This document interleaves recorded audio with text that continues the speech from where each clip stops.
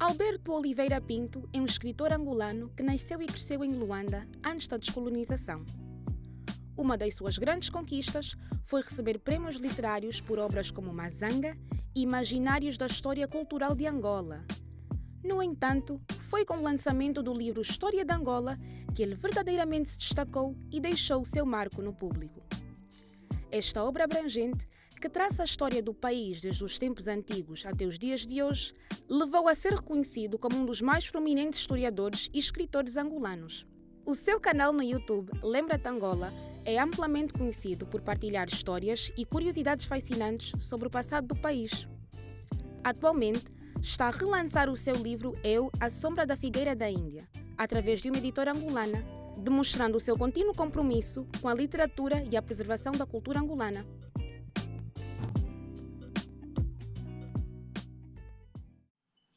Alberto, muito boa tarde e muito bem-vindo ao nosso Nádia, programa. Como está? Vamos andando. Vamos andando, sim senhora. Andando agora em Portugal, não é? Como a infância passada em Angola, agora crescido em Portugal. Mas antes de passarmos para a nova obra, gostava de agradecer, porque eu sou de Cabinda, então fazer aqui um agradecimento especial em nome de todos os Cabinda, porque eu sei que Alberto é uma figura importante para quem queira estudar a história de Cabinda, nomeadamente por causa da obra Cabinda e as construções da sua história. Eu ainda não li, confesso, e já estive aqui também em off a falar com o autor e ele diz-me que está esgotada a obra. É verdade, foi a minha tese de mestrado já no início do século. A edição é de 2005, 2006, escreveu. Ainda estava eu em Cabinda nessa altura. Pronto. E escrevi ainda mesmo nos primeiros anos, 2000, 2001, 2002, mas marcou. Eu confesso, eu sou angolano, de Luanda. Eu nunca fui a Cabinda. Nunca foi a Cabinda. Eu que lidei com algumas pessoas da comunidade Cabinda, nomeadamente um mais velho que eu conheci quando era criancinha, o senhor Papo Seco, que aparece, que é personagem agora aqui de Eu, à Sombra da Figueira da Índia. E depois vai ser personagem de outros livros meus, ele persegue-me sempre. Mas era a única referência que eu tinha à Cabinda e à comunidade cabindense em Luanda. Mas quando chegou a hora de fazer mestrado, no final do século, na viragem do século, o meu saudoso professor e orientador Alfredo Margarido achou que era um tema importante para abordar. E depois, pronto, eu estudei, sobretudo, a história de Cabinda até ao Tratado de Simlambuco e até à ocupação portuguesa, Sim. porque foi uma ocupação após o tratado. Mais tarde vim a colaborar com o Cédric Carvalho, justamente sobre Cabinda, e, curiosamente, é graças ao Cédric Carvalho e à sua Elivul que estou a reeditar o meu primeiro livro, Eu, à Sombra da Figueira da Índia. Eu, à Sombra da Figueira da Índia, foi lançada há 40 anos atrás. Foi escrito há 40 anos. E foi lançado por uma editora portuguesa e agora reeditado, 40 anos depois, está a ser lançado por uma editora angolana. Exatamente. Bem, ele foi... há 40 anos foi quando eu escrevi. Eu tinha 21 anos. 21 anos. Portanto, não é muito difícil adivinhar a minha idade hoje. E porque eu acho que quando a gente escreve um livro, a gente vai revendo, vai retocando, etc. Mas eu penso que aquilo que antigamente a gente chamava o borrão, portanto, que é a base de um livro, seja ele, sobretudo de ficção, que é o caso, sobretudo um romance, mas também acontece até com os próprios ensaios, o momento que a gente faz o borrão é quando ele nasce, é o aparelho respiratório do livro. Portanto, isso foi em 1983, 84, eu tinha 21, 22 anos. Claro que eu naquele tempo era desconhecido, andei anos a bater a portas de editoras e publiquei a primeira edição, foi o primeiro livro que publiquei, já em 1990, portanto há 33 anos. E era, de facto, as edições de Afrontamento do Porto. E, embora já na época o livro tenha sido lido por... Eu ainda não tinha regressado a Angola naquele tempo, em 1990, só regressei a Angola em 1996, onde, aliás, fiz apresentações de Eu, à Sombra da Figueira da Índia, em 97, na União de Escritores, não me esqueço nunca, mas era a edição portuguesa. Já havia leitores angolanos, já havia pessoas a dizer isto é um livro angolano, outros não, outros diziam que era um livro de um português. Isso é uma coisa muito interessante, podíamos falar. eram as interpretações que o leitor português, na época, estávamos na década de 90, faziam de algumas coisas que eu falo de uma forma um pouco distorcida. Ok. Podemos inclusive juntar já também a próxima questão de qual é a sensação, Alberto, agora de ver esta obra reeditada e agora por uma editora angolana? Sim. A sensação é muito boa porque é um sonho que eu tinha há 30 anos, ou 33 anos pelo menos. Eu, como digo, o livro chegou a estar à venda em Angola, mas era a editora portuguesa. Sim. Não tinha... Tenho outros livros publicados em edição angolana, mas não este, meu primeiro livro, que fala de Angola, que fala da cidade alta de Luanda. É uma ficção sobre a minha infância, na década de 1960. Tem elementos coloniais, e não só, mas que fazem parte, de facto, da história e da cultura angolana. Mas, evidentemente, que é uma belíssima sensação. Outro aspecto, quem fez a capa das edições Afrontamento, que, aliás, já foram divulgadas por aí, está ela, estou a vê-la ali, foi feita por uma senhora com bastante qualidade, como portuense, com bastante qualidade como artista plástica, mas percebi que ela não sabia nada de Angola. Não, isto não é cidade alta. Não, é porque ela viu eu à sombra da Figueira da Índia. A Figueira da Índia é uma árvore que existe em Angola. Sim. Mas isto é uma ilustração que parece a Índia, com um pagode oriental. Exatamente. Andei estes anos todos à espera de ver uma capa que se relacionasse muito mais com o que eu trato, não é? E com o espírito do texto. E esta é uma fotografia tirada pelo seu pai. Acabou por aparecer esta fotografia tirada pelo meu pai. Isto é Cidade Alta, sim. Isto é Cidade Alta. É um slide tirado pelo meu pai numa manhã de domingo. Há uma coisa interessante a dizer aqui. Eu fui tirado pelo meu pai na primeira metade da década de 60. Isto é a Cidade Alta, mas, excetuando a cor dos edifícios, até parece a Cidade Alta agora. Porque agora é que a Cidade Alta não se vê circulação nem de veículos nem de pessoas.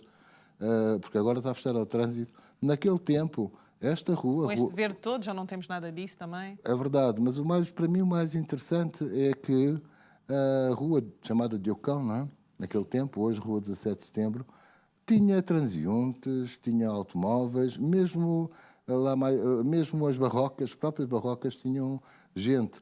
Isto é um domingo de manhã. O meu pai, evidentemente, trabalhava, era bancário do Banco de Angola, trabalhava durante o dia. Isto foi uma fotografia tirada num domingo de manhã, o que mostra que as fontes... Não é um livro de história propriamente, mas tem um vício agora de historiador. As fontes, nós temos que ter, mediante uma fotografia, temos que ter em conta em que circunstância ela foi tirada. Exatamente. Mas, enfim, é uma homenagem que eu faço ao meu pai, porque realmente isto é, pelo menos, uma parte da Cidade Alta. Vem a outra parte da Cidade Alta que está para trás. Sim. Esta é a Cidade Alta, vê-se a Fortaleza São Miguel, é a Cidade Alta do poder militar, não? Atrás está a do poder político e do poder religioso. Não? É onde nasce Luanda, do ponto de vista político, e continua, ainda hoje, a sê-lo, não? Exatamente. E que história é essa do Eu, a Figueira? A Figueira da Índia. Sim. É esta, dá para ver um bocadinho da árvore. Não, mas esta história, o Alberto diz que tem muita ficção, mas também é uma viagem à sua infância, Alberto. Evidentemente que tem elementos de ficção. Sim. O narrador é muito parecido comigo, portanto, é um menino da idade que eu tinha. O próprio nome dele, o próprio diminutivo dele, era um diminutivo que eu tinha em criança, BI. Agora, um narrador, isto é complicado às vezes explicar a certos leitores, mas o narrador nunca é o autor, é sempre outra pessoa.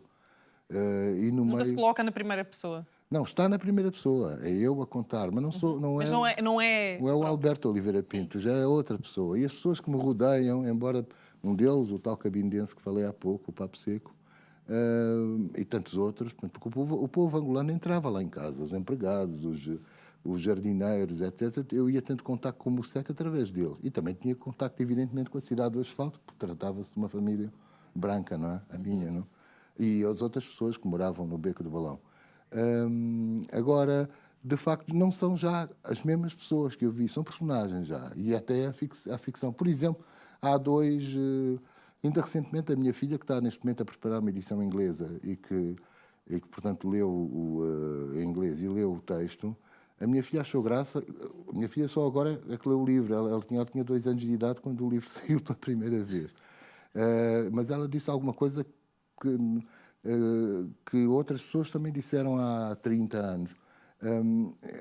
O narrador vê-se que é uma criança a escrever, não é um adulto a falar de quando era criança. O adulto a falar de quando era criança sou eu, Alberto Oliveira Pinto. O narrador é mesmo um menino. Não é? E a minha filha não tinha percebido, agora recentemente, que há 2 personagens que eu falo, ou que eu falo não, que o narrador fala, que não são pessoas. Há um lagarto a quem eu chamo Tomé e há uma cobra a quem eu chamo Chiminha. Realmente havia cobras e lagartos ali neste jardim, mas eu não lhes dava nomes quando era miúdo. Portanto, isso é uma ficção que está no livro. Ok, mas não é a primeira obra que retrata a infância do Alberto. Talvez seja a primeira obra que trata a infância do Alberto, sim. Temos a Criança Branca de Fanon também. É muito posterior. Sim. A Criança Branca de Fanon versa sobre algo de idêntico, ou sobre pontos em comum, mas a Criança Branca de Fanon é um ensaio egostórico, é um ensaio de um historiador, ou pretende sê-lo, sobre o facto colonial angolano. Aliás, há partes da Criança Branca de Fanon em que eu desmonto alguma linguagem e algum imaginário da Figueira da Índia. A propósito, portanto, é a grande diferença entre os 2 livros, e escrito muitíssimo mais tarde. Mas eles sempre diretamente ligados à infância em Angola.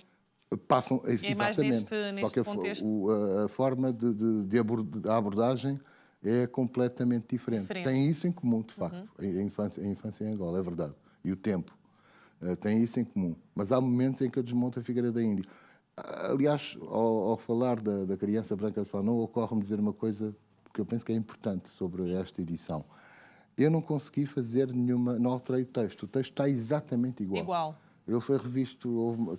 Quem o reviu foi a minha filha, Joana Ramiro, e o próprio Sérgio Carvalho. Por acaso, por coincidência, tem a mesma idade. Eu não consegui ler o texto, mas mantenho exatamente os termos que lá estão. Há termos hoje considerados politicamente incorretos, por exemplo, preto, mulato, carapinha, etc.,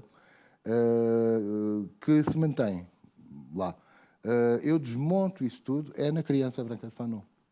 Aqui mantém-se o texto tal como escrevi. Enfim, vá lá, o texto é... O narrador é um menino de 6 anos, mas o autor é um jovem de 21 anos. Há aqui uma dupla personalidade, podemos... E agora reeditado com 60, 61 Com 60. Bateu uma nostalgia, também podemos acreditar, Alberto, porque não deixa de ser uma viagem ao seu passado.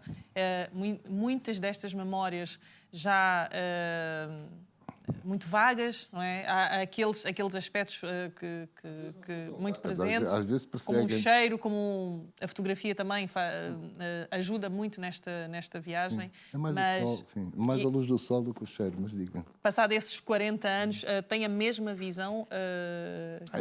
Eu vou a Luanda com muita frequência. Mudou muito Luanda? Aquela Luanda que... A Luanda como cidade mudou muito. Mas, para mim, continua a ser a mesma Luanda. É como se fosse a mãe. Pronto, a mãe também muda muito, não é? Mas é sempre a mãe. É sempre a mãe. Quanto à nostalgia, evidentemente que quando eu regresso a Angola, sobretudo a Luanda e sobretudo à Cidade Alta, pode-se lá ir pouco, mas vou. Ainda agora fiz recentemente um vídeo, há 2 meses, fiz lá um vídeo ali na Fortaleza de São Miguel mesmo. Para o meu programa de YouTube. Do YouTube, sim. Portanto, eu tenho lá ido com regularidade. Evidentemente que há sempre uma nostalgia, mas uma coisa é nostalgia, que eu acho que é um sentimento perfeitamente saudável e faz parte da nossa personalidade, da nossa cultura. Outra coisa é saudosismo, são coisas diferentes. Saudosismo é sempre achar que o passado era melhor e o presente está desfeito. E o presente está desfeito. Embora eu gostaria de poder circular na Cidade Alta. Eu e todos os luandenses. Bem, aquilo ali já é um bocado complicado de circular, não é? Não se pode circular por razões políticas. Sim, é isso. Portanto, aliás, estes edifícios que estamos aqui a ver, eles existem, só que estão neste momento pintados de rosa e branco. Sim. Aquele maior é o antigo... Aquele maior começou por ser o Hotel Miradouro, do tempo de Norton de Matos, mas a partir de 1957 passou a ser a PIDE-DGS. Aliás, há fotografias, não é esta, mas há fotografias que têm uma bandeira portuguesa. Posteriormente veio a ser a DISA, depois a DEFA, agora é um departamento de imprensa do Palácio do Governo e, tanto quanto eu, até ao ano passado, não se podia circular dele para cima. Quando eu lá estive há 2 meses, já nem se pode circular a partir daquela ponta ali ao pé da Fortaleza. Há ali guardas e cancelas. Mas desde que eu publiquei o vídeo, já várias pessoas me têm dito que, enfim, isso é uma coisa que hoje em dia é estranho. Não se poder circular em certas zonas da cidade, mesmo que sejam perto dos órgãos de soberania. É a única coisa que eu tenho pena. Fora isso, a Cidade Alta não mudou muito, comparando com outras localidades, com outros bairros de Luanda. E é desejável que não, porque eu penso que é um bairro histórico. Sim. É aqui que Luanda, pelo menos a Luanda política, começa na Cidade Alta. A Luanda comercial começa na Baixa. Ok. Sim, senhora. Lá está, é a mãe e as suas variações e mudanças. Mas falou também agora, Alberto, do programa que tem no YouTube, Sim. que é o Lembra-te Angola. Que temas é que costuma debater aí? Eu tive, inclusive, em tempos a ver um dos vídeos. Logo que o programa começou, eu fui convidado para vir aqui. Foi a última vez que aqui estive. Sim. Foi a falar de Lembra-te Angola. Entretanto, já muitos foram feitos, não é? Os vídeos... É semanal o programa? É semanal, eu faço com o meu filho e com uma colaboradora nossa. São tudo que seja temas relacionados com a história de Angola. Não temos... um cronograma específico? Não temos, muitas vezes eu sigo sugestões que os meus subscritores, porque um programa de YouTube tem a questão da interação, não é? Como vê, já são neste momento, creio que são 130 programas, desde o início do ano 2021, portanto. São os mais variados temas. Normalmente feitos em estúdio, o estúdio é a minha biblioteca, mas em 2 viagens que fiz a Angola já tive a oportunidade de fazer vídeos in loco. In loco, com um amigo, que era um amigo português que lá vive e que era um espectador, o Ricardo Martins, um jovem de 30 anos que... enfim, economista que lá vive, mas que é um entusiasta, e quando eu lá chego, agora fomos à Cidade Alta, mas em novembro passado fomos a Cambamba, fomos a Massangano, Sim. E portanto são os vídeos in loco que tenho feito. Tenho pena de fazer poucos vídeos no próprio local histórico, isso gostaria de fazer mais. Tem que ir a Angola de novo. Tem que ir a Angola. Temos aqui também um spoiler, ou... Alguém sugeriu que vem aí a 4ª edição então do livro Histórias de Angola, um livro muito bem recebido e que criou um grande impacto também na vida dos leitores. Pronto, já está confirmado que vem a 4ª edição. Vai ter outra capa, não sei qual é, mas não será esta. Okay. De qualquer forma, pelo menos esta, não a capa em si, mas o jogo de xadrez Kikongo, que deu origem a ela e que eu em tempos comprei no mercado de Benfica. O jogo de xadrez... Que agora já nem é mercado de Benfica. Agora não, agora está no Morro dos Viados. Sim. Entre o Morro da Cruz e o Morro dos Viados. Sim, eu estive lá agora em março, fui comprar artesanato, por acaso. Pois, numa praia onde eu fiz praia em criança. Sim. Olha, cá está aquela fotografia tirada pelo meu pai, que é a capa do livro. Foi tirada numa manhãzinha, domingo, antes de irmos para o Morro dos Viados. Sim, senhora. Aí fazemos praia. Mas aquilo está bonito, está bonito, está bem organizado também. Mas é muito pequeno. É muito mais pequeno. É muito pequeno, comparar com o outro, é muito mais pequeno. Eu comprei este jogo de xadrez Kikongo, que está em minha casa. Ele tem sido utilizado no curso de livro História de Angola, que eu faço na UCLA, vá lá, o cartaz. O cartaz, sim. Quanto à próxima capa, eu não sei ainda dizer qual é, mas vai haver uma reedição. Será que o Alberto vai visitar o álbum de fotografias novamente? Nunca se sabe. As fotografias são uma fonte de memória, ou de organização de memória, como qualquer outra. A gente são importantes, mas nós temos que olhar para elas, sejam elas no álbum, e agora há álbuns digitais. Sim, mas seja o álbum de papel com cantinhos, seja os álbuns digitais, as fotografias são fontes de memória, mas agora nós temos que as interpretar, porque a memória não está só nelas. A memória não está só nelas. E a gente olha para uma fotografia, esta tirada pelo meu pai, a meu ver, é um excelente exemplo. Que ela tem a continuidade aqui atrás. E na continuidade dá para ver a Praia do Bispo. Sim. E dá para ver edifícios que também já têm a sua também já têm a sua Já sofreram alterações. Não sofreram, estão lá, mas têm a sua história. Sim. Por exemplo, um colégio de uma senhora bastante conhecida, chamada Berta Gandra de Oliveira, que eu tive nesse colégio apenas um dia, depois fugi dele. Minha mãe pôs-me noutro. Mas essa senhora, que me metia medo quando eu era miúdo, era uma senhora de cabelo branco desgrenhado, ela teve... Muita gente frequentou esse colégio. O Viriata Cruz, por exemplo, Sim. fez a instrução primária nesse colégio. Não? E está aí o edifício do colégio. Não? As senhoras dos colégios nunca foram muito bem vistas e interpretadas, mas elas também faziam por merecer este... Era o estilo, era a diretora, mas era aquele estilo de professora à moda antiga. Sim, sim. É como aquela diretora do filme...